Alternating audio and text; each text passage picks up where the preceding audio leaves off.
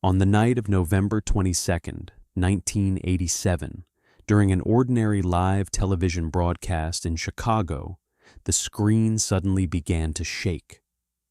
The signal distorted, the picture broke apart, and then a strange figure appeared on screen, a gray metallic background, a flickering image, and a man wearing a plastic mask.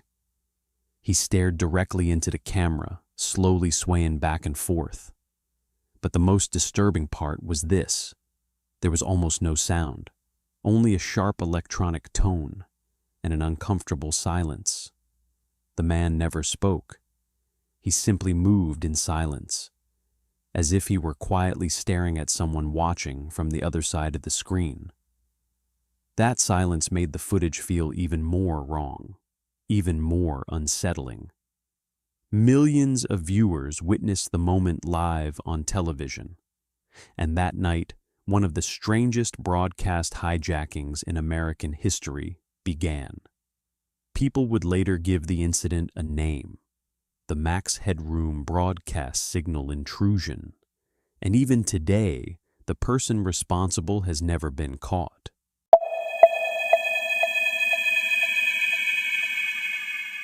November 22nd, 1987, Chicago, Illinois. That night, people across the city were watching an ordinary television news broadcast, WGN-TV. Sports anchor Dan Roan was discussing NBA highlights when suddenly the screen began to break apart. Static, distortion, an unstable signal. At first, it looked like a normal technical problem.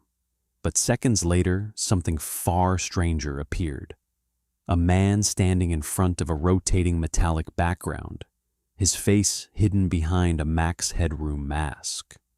At the time, Max Headroom was a famous fictional television character in America, a strange digital personality known for stuttering speech, computer-like movements, and a futuristic cyberpunk appearance. But the person on screen was not the real actor. Someone had physically put on the mask and hijacked the television signal itself. The man slowly rocked his body, tilted his head, and smiled silently into the camera. There was something strangely deliberate about the way he moved, as if he were quietly mocking the audience watching from home. The image quality continued to flicker and distort, making it impossible to clearly identify his real face. Inside the station, employees were shocked. At first, they suspected an internal equipment failure, but very quickly, they realized something far more serious was happening. Someone outside the station had overridden the live broadcast signal. Back in the analog television era, a stronger transmission signal could sometimes overpower an existing broadcast. But doing something like that was extremely difficult. It required precise timing, technical knowledge, powerful microwave transmission equipment, and a deep understanding of how television broadcasting systems worked. In other words, the person behind the intrusion likely knew exactly what they were doing. Then, after roughly 30 seconds, the signal suddenly disappeared. The station managed to regain control of the broadcast. Dan Roan continued the news, visibly confused. Most viewers assumed it had simply been a bizarre prank. But later that same night, something even stranger happened. Roughly 2 hours later, another Chicago television station was interrupted. This time, PBS affiliate WTTW. The program airing that night was Doctor Who, and suddenly the signal cut out again. But this intrusion lasted longer and felt far more disturbing. The Max Headroom figure returned. This time, he began speaking. But what he said sounded completely incoherent. He muttered strange phrases under his breath, still watching this garbage TV. Then suddenly, he began mocking a well-known television news personality. That guy is a real freak. The sentences barely connected, as if the speaker wanted the confusion itself to feel intentional. And yet somehow, the words sounded strangely personal, as if the figure on screen were mocking everyone watching from home. The man continued swaying back and forth. Then suddenly, he started dancing. At one point, he appeared holding what looked like a fly swatter. The lighting was unstable.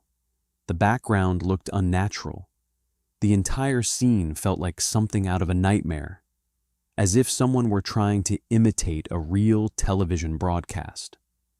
Then suddenly, another person entered from off-camera. The masked figure bent forward, and the second person began striking him with the fly swatter. Moments later, the signal abruptly ended. Viewers were stunned. This no longer felt like a harmless prank. There was something deeply unsettling about the footage. But the most disturbing part was this. Everything had aired live on real American television. To people today, the incident might look like nothing more than an old internet meme. But 1987 was a completely different world. There was no YouTube, no social media, no internet culture built around strange videos. At the time, television felt absolute. People trusted what appeared on screen. News anchors, live broadcasts, television stations, they all represented reality itself. And then suddenly, someone broke into that reality. That was what truly frightened people. Not just the strange mask, not the bizarre movements, but the feeling that reality itself had briefly gone wrong. Some viewers later described it as dreamlike, like watching television while feeling something inside the world suddenly shift out of place. Phone lines at the stations were overwhelmed almost immediately. People kept asking the same questions. What was that? Was it a technical failure? Who put that on television? Some viewers laughed it off, but many admitted they felt genuinely unsettled, especially during the second intrusion, because the figure on screen no longer behaved like a normal person. Years later, one viewer described the experience in a way that perfectly captured the atmosphere. It did not feel like television had been hacked. It felt like reality itself had briefly malfunctioned. And for many viewers, that uneasy feeling never fully went away. Immediately after the incident, the television stations, the FCC, and eventually the FBI launched an investigation. The case had already become one of the most famous signal intrusions in American broadcasting history. Investigators quickly realized this was not something an ordinary person could easily accomplish. Hijacking a live television signal required technical expertise, especially in the analog broadcasting era. Both stations involved were major Chicago broadcasters. Overpowering their transmission signals would have required specialized equipment, precise positioning, and extensive knowledge of broadcast systems. Experts believed the intruder likely used a high-powered microwave transmission system, possibly operating from somewhere close to the transmission towers themselves. To override a television signal, the replacement transmission had to be stronger, perfectly timed, and aimed with incredible accuracy. In other words, the person responsible was likely highly skilled. Some investigators even suspected the intruder may have worked within the broadcasting industry, but strangely, the person behind the attack never made a major mistake. There was almost no useful physical evidence, no security cameras, no reliable tracking technology. And despite the national attention surrounding the case, the FBI never identified the culprit. The case officially remained unsolved. As time passed, people became less afraid of the mask itself and more afraid of what the incident represented. Because on that night, someone had successfully taken control of real American television, a live public broadcast, watched by millions of people, and replaced it with bizarre, deeply unsettling imagery. There were no political demands, no ransom, no clear message, only strange movements, awkward laughter, strange, disjointed behavior, and an atmosphere that felt deeply wrong. That was what made the footage so disturbing. It was not supernatural. It was real. Someone had entered a system that people trusted completely and twisted it into something unfamiliar. Some viewers later admitted that after the broadcast ended, they were afraid to turn their televisions off, as if the screen might suddenly change again. Others said they became uncomfortable watching television alone late at night, because after that incident, people realized something unsettling. If someone truly wanted to, even the screens people trusted every day could be invaded. Years later, when the internet era arrived, the Max Headroom footage began spreading online once again, and people started analyzing it frame by frame. The background, the lighting, the voice, the mask itself.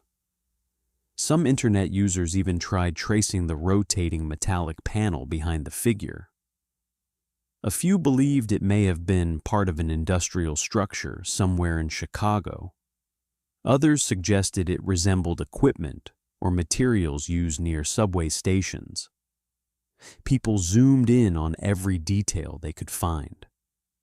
At one point, internet investigators even analyzed the brief glimpses of the intruder's real teeth visible through the mouth opening of the mask. Theories exploded across online communities. Some believed it was an inside job carried out by someone in the television industry. Others believed it may have been some kind of underground performance project. A few suspected it was an experimental hacker operation from the 1980s. But despite decades of analysis, no definitive evidence has ever surfaced, and eventually, the Max Headroom intrusion became something far larger than a strange television interruption. It became one of the most infamous unsolved broadcast hijackings in American history. The reason the Max Headroom broadcast intrusion still unsettles people today is surprisingly simple. Because it was real, not a movie, not an urban legend. A real live television broadcast interrupted by someone who was never identified. And perhaps the most disturbing part is this. The person responsible was never caught. Somewhere, someone successfully hijacked American television, terrified millions of viewers, and then simply disappeared. Maybe they laughed while watching the confusion unfold. Maybe they sat quietly, watching millions of people wonder what they had just seen. And even now, that strange footage still exists online. People continue leaving comments beneath the video. Who was behind it? Why did they do it? How was it even possible? And perhaps the most unsettling possibility of all is this. Maybe the person responsible is still out there, still watching how easily people believe what appears on their screens. If this story left you wondering, the next one is waiting for you. Subscribe and stay with us.